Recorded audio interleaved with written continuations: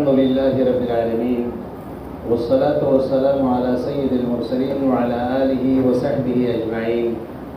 باب الرجل يتبوأ لبوله. مصنف الامام آداب استنجا میں سے پہلے ادب کو ذکر فرمایا کہ قضائے حاجت کے وقت دور جانا چاہیے، اور اس کے لیے 2 روایتیں ذکر فرمائی، اور مقصد ابعاد کیا ہے. محدثین فرماتے ہیں کہ ایک مقصد تو تستر ہے، اور دوسرا مقصد ہے لوگوں کو ایذا سے بچانا. اگر آبادی میں قضاء حاجت کوئی کرے گا تو رائحہ کریہہ سے لوگوں کو تکلیف ہوگی. تیسرا یہ ہے کہ خود قضاء حاجت کے یہ جانے والا آدمی جو ہے وہ اطمینان کے ساتھ فارغ ہوگا. اگر آبادی میں بیٹھے گا تو اس کو یہ اندیشہ رہتا ہے کہ کوئی گزر نہ جائے، تو اس لیے وہ اطمینان حاصل نہیں ہوگی. تو بہرحال دوسرا ادب جو ہے باب الرجل یتبوأ لبولہ میں ذکر فرمایا. آپ کو بتایا تھا کہ ماقبل ادب کا تعلق بول و براز دونوں سے ہے، اور اس ادب کا تعلق صرف بول سے ہے، یا ماقبل کا تعلق غائط اور براز سے ہے، اور اس کا تعلق جو ہے بول سے ہے. تو اس میں یہ بتایا ہے، ایک تو واقعہ ذکر کیا ہے آپ کو، جیسے بتایا کہ حضرت عبداللہ ابن عباس رضی اللہ عنہ حضرت علی رضی اللہ عنہ کے دور خلافت میں بصرے کے گورنر تھے. جب وہاں وہ پہنچے تو اس سے پہلے حضرت عمر کے زمانے میں بصرے کا گورنر حضرت ابو موسیٰ اشعری تھے. تو اسی کے نسبت سے لوگ وہاں حدیثیں بیان کر رہے تھے. تو بعض کی حدیثوں کے متعلق حضرت ابن عباس کو شبہ ہوا، تو اس نے ان حدیثوں کو لکھ کے حضرت ابو موسیٰ اشعری کے پاس بھیجا پوچھنے کے لیے کہ یہ واقعی آپ نے بیان کیے یا لوگ ایسے نسبت کرتے ہیں. انہوں نے فرمایا کہ ہاں میں نے بیان کی. اس میں اختصار کی وجہ سے صرف ایک کو ذکر کیا، ورنہ یہاں سوال کئی چیزوں کا ہوا. یسألہ عن اشیاء، ایک سے زیادہ. اور چونکہ مصنف نے اختصار کا اہتمام فرمایا ہے، اس لیے جو مقصودی تھا اسی کو ذکر کیا ہے، جو اس میں آداب استنجا کا ذکر ہے. نبی اکرم صلی اللہ علیہ وسلم ایک دن تشریف لائے فاتا یبول، فاراد یبول فاتا دمسل. دمس اس زمین کو کہتے ہیں جو نرم ہو اور پیشاب کو جذب کر لیتی ہے. فی اصل جدارے میں، دیوار کے جڑ کے ساتھ بیٹھ گئے، آڑ کے طور پر دیوار کے پیچھے بیٹھ گئے.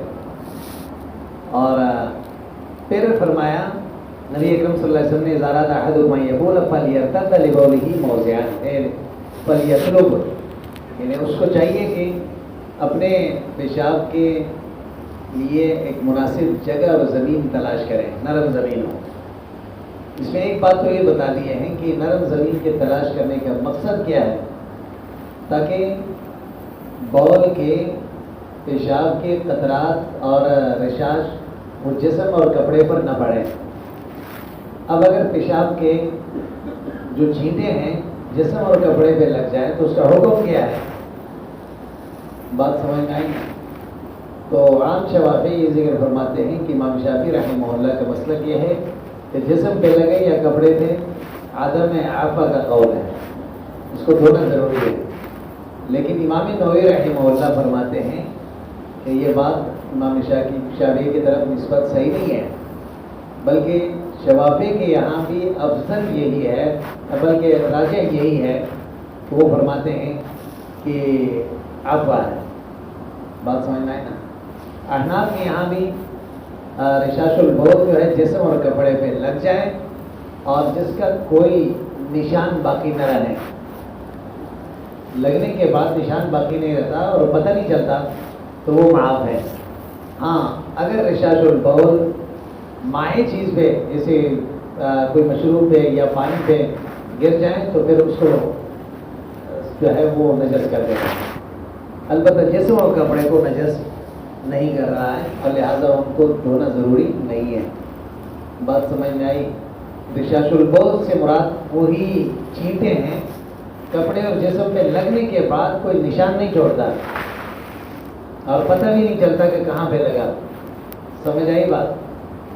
تو بہرحال ایک سوال یہاں پہ یہ آتا ہے کہ اصلی جدارے کیا فرمایا، یعنی یہ کسی کا دیوار ہوگا اور دیوار کے پیچھے بیٹھ کے آڑ بنا کے حضور اکرم صلی اللہ علیہ وسلم نے پیشاب کی، اور پیشاب کے اندر تیزابیت ہوتی ہے، بات سمجھ میں آئے، اور شوریت ہوتے ہیں. تو لہٰذا یہ دیوار کے کسی جو دیوار ہوتی ہے اس کے جڑوں کو کھوکھلا کر دیتا ہے، اور کسی اور کے دیوار کے جڑ کے ساتھ پیشاب کرنا یہ کسی غیر کے ملک میں تصرف ہے، بنا اجازت جو ہے یہ جائز نہیں ہے. تو نبی اکرم صلی اللہ علیہ وسلم نے کیسے یہاں پہ کسی اور کے دیوار کے پیچھے بیٹھ کے پیشاب کی؟ ایک جواب تو یہ دیا گیا ہے کہ جدار و عادم،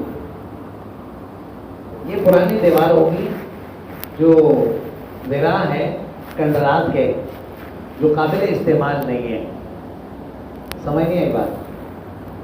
یا اس سے مراد یہی ہے کہ بالکل دیوار کے ساتھ نہیں بلکہ فاصلے سے بیٹھ گئے.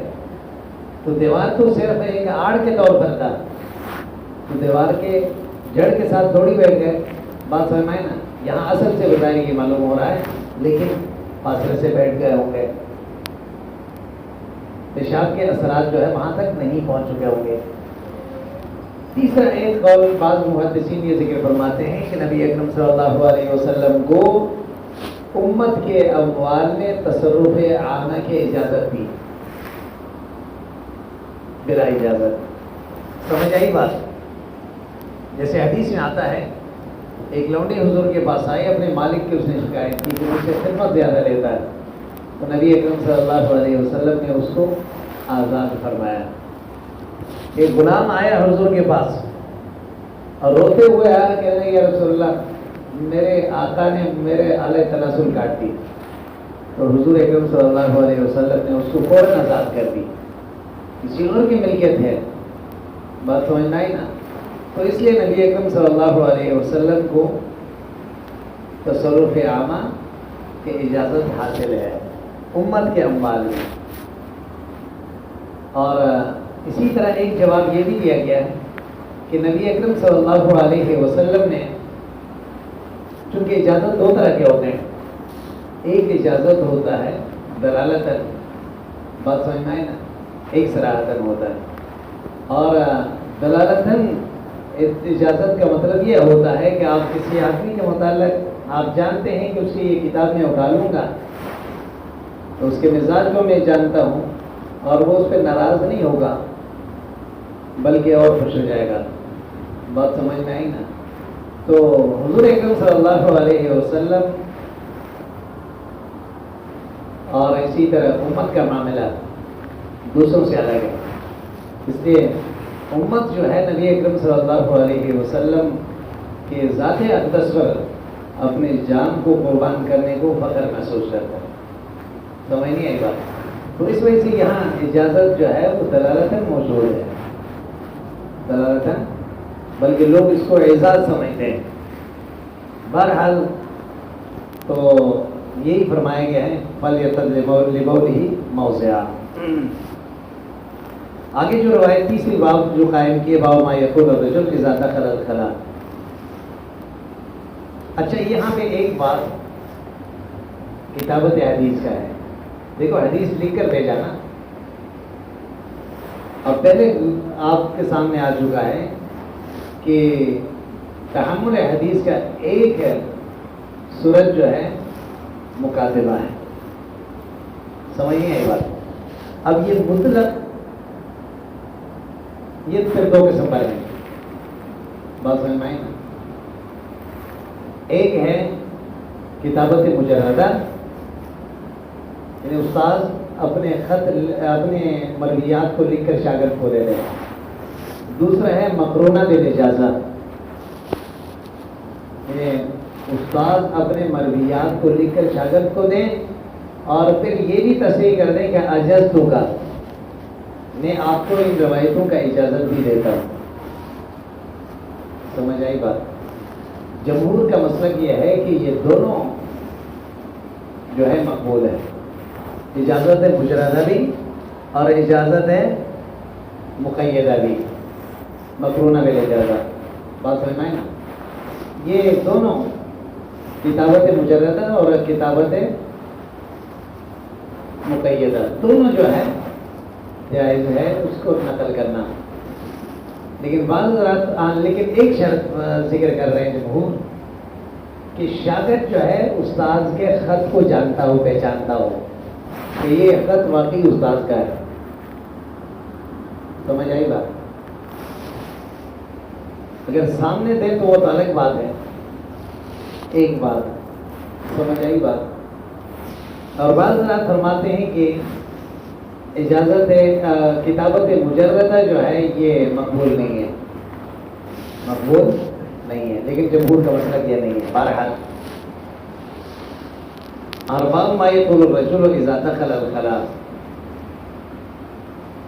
یہاں اذا دخل الخلاء آداب استنجا کا ایک ادب یہاں ذکر فرما رہے ہیں کہ جب قضاء حاجت کے لیے جائیں تو دعا پڑھ کر جائیں.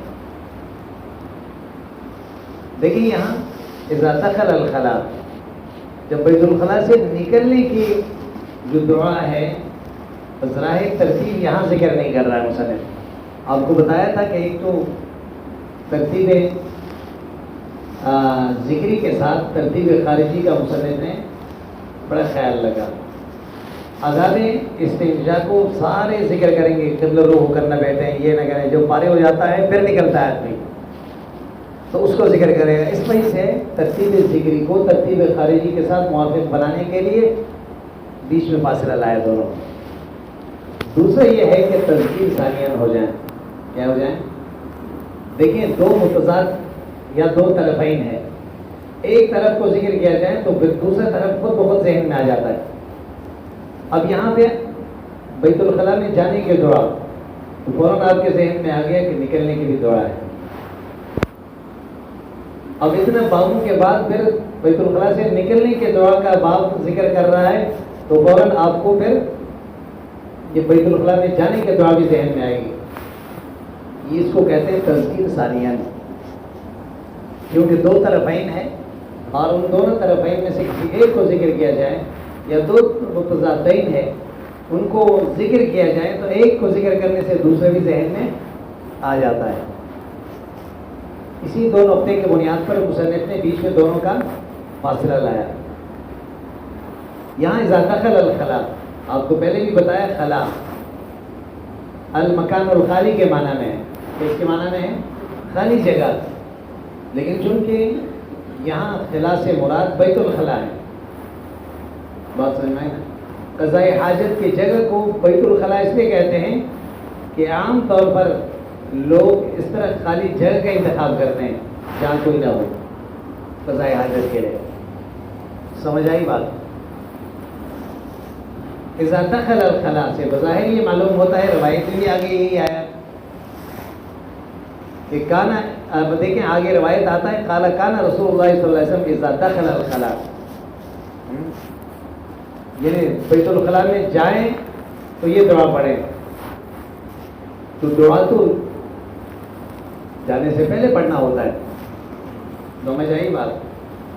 تو جمہور کا رائے یہ ہے اگر ایک آدمی فضا میں کھلے میدان میں قضاء حاجت کے لیے بیٹھتا ہے تو وہاں بیٹھنے سے پہلے دعا پڑھیں، بیٹھنے سے. اور اگر کسی آبادی میں متعین بیت الخلاء میں جاتا ہے، آبادی میں جاتا ہے تو پھر وہاں داخل ہونے سے پہلے پڑھ لیں. اگر یاد نہیں رہا تو پھر جانے کے بعد نہ پڑھیں، بلکہ دل سے پڑھ سکتا ہے، زبان سے نہیں. البتہ بعض رات بات سمجھائیں جیسے ابراہیم نقی رحمہ اللہ ہے اور بعض دوسرے حضرات اس کے بھی قائل ہے کہ بیت الخلاء میں جانے کے بعد پڑھ لیں.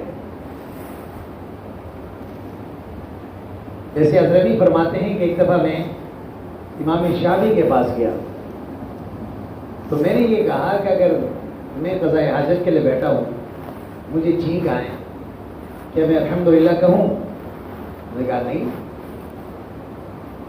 اللہ کے نام اس وقت نہیں لے سکتے۔ تو پھر میں نے بعد میں جا کے ابراہیم نخعی سے یہ مسئلہ پوچھا۔ ابراہیم نخعی نے کہا ہاں پڑھ لیں، بات سمجھا نا؟ سگا احمد اللہ فإن الحمد يسعد، بات سمجھ آئے نا؟ والعمل الصالح يرفعه، حمد عمل صالح ہے وہ اوپر جاتا ہے، اور نجاست کا تعلق نیچے سے ہے، تو دونوں میں کیا نسبت ہے؟ بات سمجھ میں آئی نا؟ تو بہرحال جمہور کر رہا یہ ہے کہ بیت الخلاء جو متعین قضاء حاجت کی جگہ ہے وہاں پہ زبانی طور پر نہ پڑھیں۔ بات سمجھ میں آئی؟ یہاں اذا اراد الخلاء ہے، روایت میں بھی یہی آیا، اس لیے ترجمہ الباب میں بھی یہ ذکر فرمایا۔ البتہ ادب المفرد میں امام بخاری نے روایت نقل کی ہے، اور اس میں یہ ہے کہ اذا اراد ان يدخل الخلاء، اس میں روایت حدیث کا الفاظ یہی ہے کہ اذا اراد ان يدخل الخلاء، تو اس میں وضاحت ہے کہ بیت الخلاء میں جانا چاہتا ہے تو پھر وہ یہ دعا پڑھ لے، وہ یہ دعا پڑھ لے۔ راوی حدیث ہے حضرت انس بن مالک رضی اللہ عنہ۔ آپ کو پتہ ہے کہ حضرت انس بن مالک رضی اللہ عنہ والد کا نام مالک ہے، اور اس کے والد کا نام نضر ہے۔ یہ بنو خزرج سے تعلق رکھتا ہے، انصاری ہے، سمجھ آئی بات؟ اور یہ یتیم ہے۔ اس کے والدہ ام سلیم بڑے صحابیہ ہے اور بڑے قربانی والی، اور غزوات میں بھی جاتی تھی، اور اس کے والد کا انتقال ہو چکا تھا۔ حضور جب ہجرت کر کے تشریف لائی، یہ چھوٹے بچے تھے، حضور کے پاس لے کر آئی، فرمانے لگے کہ یا رسول اللہ، یہ انس ہے، یہ آپ کا خدمت کرے گا۔ تو حضور خوش ہوئے۔ 10 سال تک نبی اکرم صلی اللہ علیہ وسلم کی اس نے خدمت کی، خادم خاص ہے۔ اور حضور کے اخلاق کو بیان فرما رہے ہیں کہ نبی اکرم صلی اللہ علیہ وسلم کسی کام کے لیے مجھے بھیجتا، دنیا کے کام کے، جب میں جا کے بچہ جیسے غافل ہوتے ہیں، بچوں کو دیکھا تو پھر ان کے ساتھ کھیل بھی مشغول ہو گئے، وہ کام بھول گیا۔ جب حضور آ کے وہاں سے گزرتے تو مجھ سے یہ نہیں پوچھتے کہ انس، آپ کو میں نے کام کے لیے بھیجا تھا، وہ کام کیوں نہیں کیا؟ بات سمجھنا ہے نا؟ دنیا کے کام میں نبی اکرم صلی اللہ علیہ وسلم نے کسی کو ڈانٹا نہیں۔ ہاں، دین کے معاملات میں کبھی مداخلت نہیں۔ ہمارا تو معاملہ ہوتا ہے، دین کے معاملات میں اگر کچھ سستی کرے اولاد یا کوئی اور، تو ہم کہتے ہیں کوئی مسئلہ نہیں۔ بات سمجھ میں آئی نا؟ جسے قرآن کریم میں اللہ ذکر فرماتے ہیں کہ مشرکین جو ہے اللہ کا حصہ بھی الگ کرتے تھے اور اپنے خداؤں کے حصے بھی الگ کرتے تھے۔ اب جب اللہ کے حصے میں سے کچھ حصہ غلطی سے ادھر ان کے خداؤں کے یہاں آ گیا تو وہ کہتے ہیں اللہ غنی ذات ہے، کوئی مسئلہ نہیں ہے۔ اگر ان کے خداؤں کے کوئی حصہ تھوڑی بہت بھی ادھر چلے جائے نا تو وہ کہتے ہیں نہیں، نقصان ہو جائے گا۔ بات سمجھنا ہے؟ تو ہمارا معاملہ بھی دنیا کے معاملات کے متعلق تو ڈانٹتے بھی ہیں اور سب کچھ، لیکن دین کے معاملات میں پھر سستی دکھاتے ہیں۔ نبی کا شان یہ نہیں ہے۔ بات سمجھنا ہے؟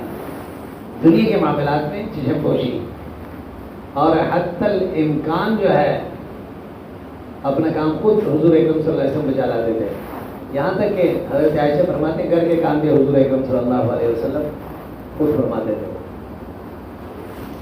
لیکن دین کے معاملہ اللہ نے خود فرمایا، میرے نبی یہ لوگ چاہتے ہیں کہ آپ کی تھوڑی سی سستی دکھائیں، یہ بھی پھر آگے بڑھ کر دکھائیں گے۔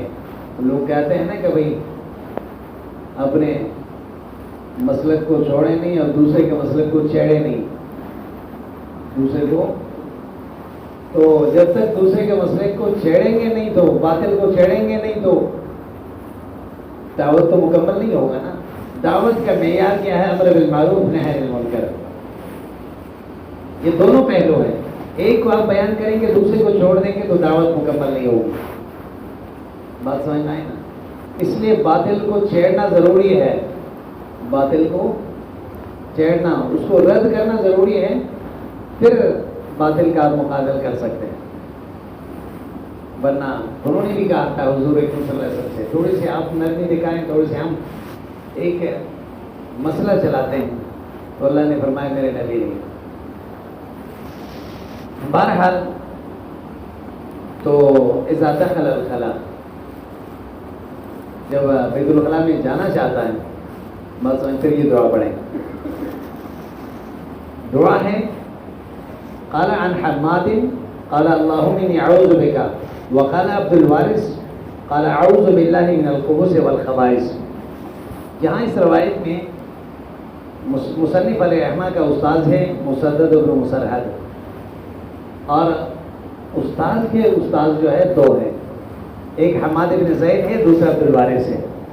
دونوں کے الفاظ کے اختلاف کو مصنف بیان کر رہا ہے کہ حماد کے روایت میں الفاظ ہیں اللہم انی اعوذ بک من الخبث والخبائث، اور عبد الوارث کے روایت میں ہے اعوذ باللہ من الخبث والخبائث، اعوذ باللہ من الخبث والخبائث. اور اب یہ ہے کہ خبث اور خبائث، اور آگے تھوڑی سی یہ دیکھ لیں تاکہ آسانی رہے. اور اگلے جو روایت آ رہا ہے اور اس میں ہے کہ اخبرنا وقیع عن شعبۃ عن عبد العزیز هو ابن صہیب عن انس بهذا الحديث قال اللهم اني اعوذ بك وقال شعبہ وقال مرة اعوذ بالله وقال وهيب عن عبد العزیز فليتعوذ بالله. دیکھیں مصنف علیہ الرحمن اختلاف الفاظ کا ذکر فرما رہے ہیں. خلاصہ اس کا یہ ہے کہ یہاں مدار سند ہے عبد العزیز. مدار سند کیا ہے دونوں روایتوں میں؟ عبد العزیز ہے. عبد العزیز کے 4 شاگرد ہیں. کتنے شاگرد ہیں؟ 4 شاگرد ہیں. اور عبد العزیز کا ایک شاگرد ہے حماد، وہ تو نقل کر رہا ہے اللہم انی اعوذ بک من الخبث والخبائث. عبد العزیز کے دوسرے شاگرد ہیں عبد الوارث، وہ ذکر کر رہا ہے اعوذ باللہ من الخبث والخبائث. عبد العزیز کے تیسرا شاگرد ہے شعبہ. عبد العزیز کا تیسرا شاگرد ہے شعبہ، وہ کبھی جو ہے اعوذ باللہ من الخبث والخبائث نقل کر رہا ہے، اور کبھی جو ہے اعوذ بک من الخبث والخبائث، اللہم انی اعوذ بک من الخبث والخبائث. دیکھیں حماد عبد الوارث نے صرف ایک صورت نقل کیا، شعبہ نے یہی عبد العزیز سے کبھی ایک طریقے سے کبھی، اور چوتھا شاگرد ہے عبد العزیز کا اور وہ ہے وہیب. کون ہے؟ وہیب. اور وہیب جو ہے اس روایت کو نقل کر رہا ہے بجائے فعلی کے، اس نے قولی بنا دیا اس روایت کو. اذا دخل الخلا فلیتعوذ باللہ. بات سمجھ میں آئی نا؟ فعلی سے کیا بنا دیا؟ قولی بنا دی. یعنی 4 شاگرد اور 4 طریقوں سے نقل کر رہے ہیں. سمجھ آئی بات؟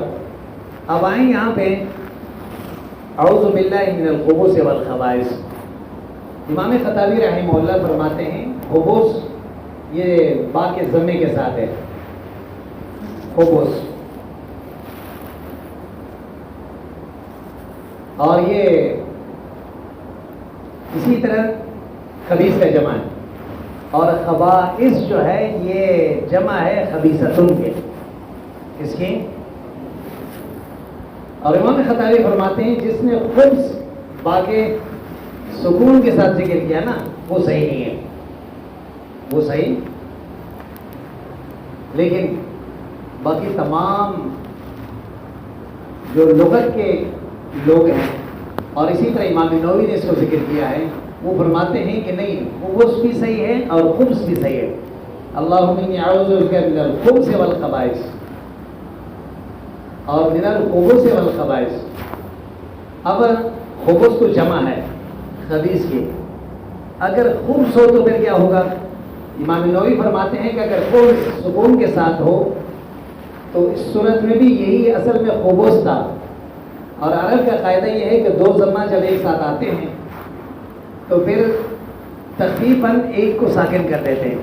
یہ اصل میں خبوثی تھا لیکن تخفیفاً اس کو ساکن کر کے خبث بنا دی، تو لہٰذا وہی خبیث کا ہی جمع ہے. بعض فرماتے ہیں کہ نہیں یہ خبث فورن کے وزن پر مفرد ہے، مصدر کا صیغہ ہے. بات سمجھ میں آئے نا؟ اور بہرحال اب یہ خبث اور خبائث سے کیا مراد ہے؟ خبث اور خبائث سے کیا مراد ہے؟ اور خبث اور خبائث سے کیا مراد ہے؟ یہ ذہن میں رکھیں. اس میں کے متعلق مختلف اقوال ہیں. ایک قول تو یہ ہے کہ خبث سے مراد ذکور شیاطین مراد ہے، خبائث سے مراد اناس مراد ہے. یعنی وہ جو شیاطین نر اور مادہ دونوں کے شرور سے بچنا مقصود ہے. سمجھ آئی بات؟ دوسرا یہ ہے کہ خبث سے مراد اقوال خبیثہ مراد ہیں اور خبائث سے مراد افعال خبیثہ. خبث سے مراد اقوال خبیثہ اور خبائث سے مراد افعال خبیث. بات سمجھ میں آئی نا؟ نہیں سمجھے؟ اور تیسرا قول یہ ہے کہ خبث سے مراد قبائح اور شرور ہے. خبث سے کیا مراد ہے؟ قبائح اور شرور. اور خبائث سے مراد معاصی ہے. خبائث سے کیا مراد ہے؟ معاصی، گناہ. اور ایک معنی یہ ہے کہ خبث سے مراد شیاطین مراد ہے اور خبائث سے مراد نجاست ہے. خبائث سے مراد کیا ہے؟ نجاست. خبث سے شیاطین اور خبائث سے نجاست، دونوں سے بچائیں. بہرحال اب یہاں پہ یہ سمجھ لیں اس روایت میں تو نبی اکرم صلی اللہ علیہ وسلم نے دعا کا ذکر تو فرمایا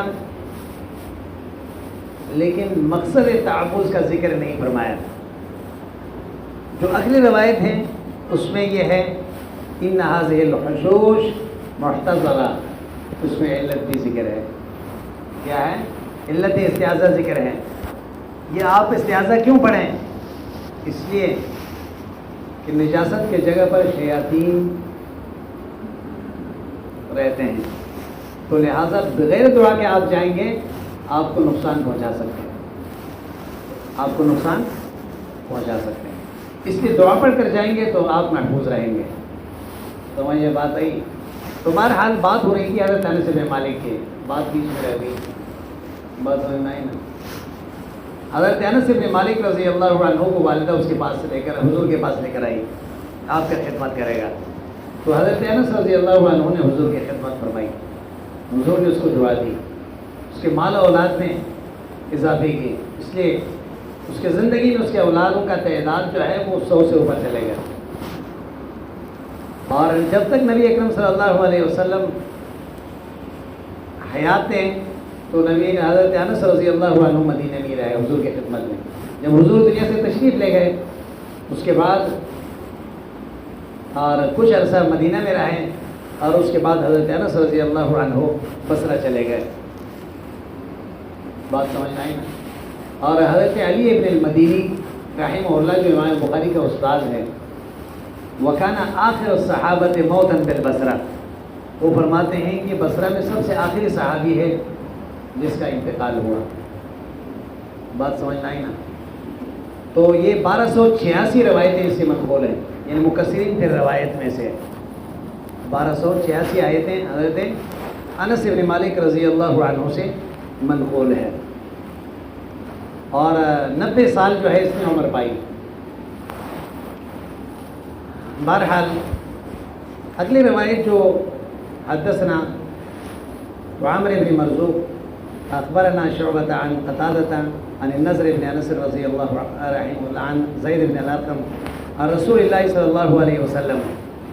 یہاں پہ جو راوی حدیث ہے زید بن ارقم رضی اللہ عنہ ہے. کون ہے زید بن ارقم؟ اور زید بن ارقم رضی اللہ عنہ یہ بھی انصاری صحابی ہیں، بنو خزرج سے تعلق رکھتے ہیں یہ بھی. اور یہ خود فرماتے ہیں کہ نبی اکرم صلی اللہ علیہ وسلم کے ساتھ 17 غزوات میں شریک تھا. سب سے پہلے غزوہ خندق میں شریک ہوئے. یعنی اس کا مطلب یہ ہے کہ بدر اور احد میں نہیں تھے. اور پھر اس کے بعد جو ہے حضور کا انتقال کے بعد یہ کوفہ چلے گئے اور کوفہ میں ہی رہے. اور جنگ صفین میں بھی حضرت علی کے ساتھ تھے. وَكَانَ مِنْ خَوَاصِ عَلِيٍّ، یہ بڑے حضرت علی رضی اللہ عنہ کے خصوصی مشاورین میں تھے. اور کوفہ میں بھی ہی اس کا انتقال ہوا سن 67 ہجری میں. بات سمجھ میں آئی نا؟ حضرت زید بن ارقم رضی اللہ عنہ کے. اور یہ فرماتے ہیں کہ قال ان حاضر. اب اس روایت میں جیسے آپ کو ابھی بتایا ماقبل روایت میں علت استعاذہ کو ذکر نہیں کیا، اس میں علت استعاذہ کو ذکر کیا. حاضر حشوش، حشوش جمع حشون کے. اور حش ان کھجور کے درختوں کو کہتے ہیں جو ایک جگہ پر جمع ہوتے ہیں. عام طور پر قضائے حاجت کے لیے بھی ایسے جنگل اور ایسے جھاڑیوں کو انتخاب کیا جاتا ہے تاکہ تستر پایا جائے. بات سمجھ میں آئی؟ اور محتضرہ اس میں شیاطین کو حاضر کیا گیا ہے. تو چونکہ شیاطین وہاں پہ ہوتے ہیں، کیونکہ جہاں نجاست ہوتی ہے وہاں شیاطین ڈیرا ڈالتے ہیں. بات سمجھ میں آئی نا؟ شیاطین ماقبل روایت سے اس روایت پہ طور سے کلام ہے کہ یہ روایت کس سے منقول ہے؟ حضرت انس سے یہ بھی، اور یا زید بن ارقم سے. اور اس اضطراب کو تفصیل کے ساتھ امام ترمذی رحمہ اللہ نے نقل فرمایا. تو بہرحال دیکھیں حضرت عبادہ بن ثابت رضی اللہ عنہ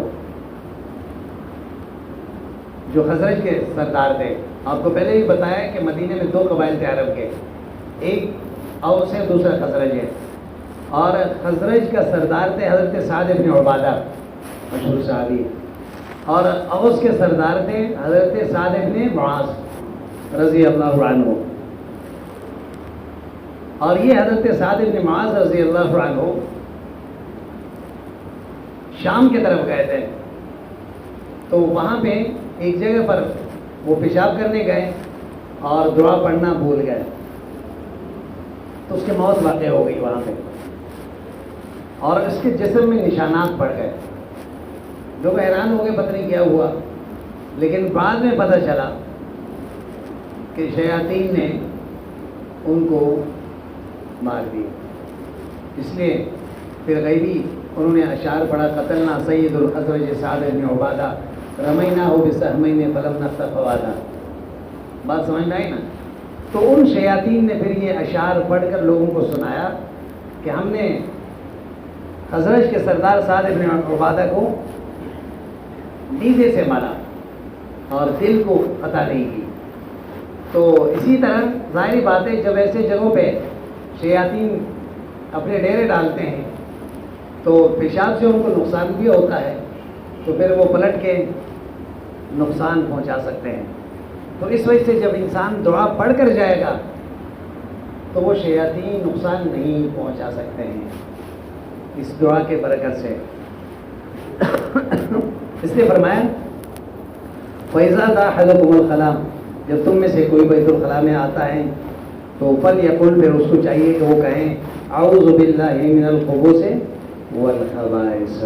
اعوذ باللہ من الخبث والخبائث.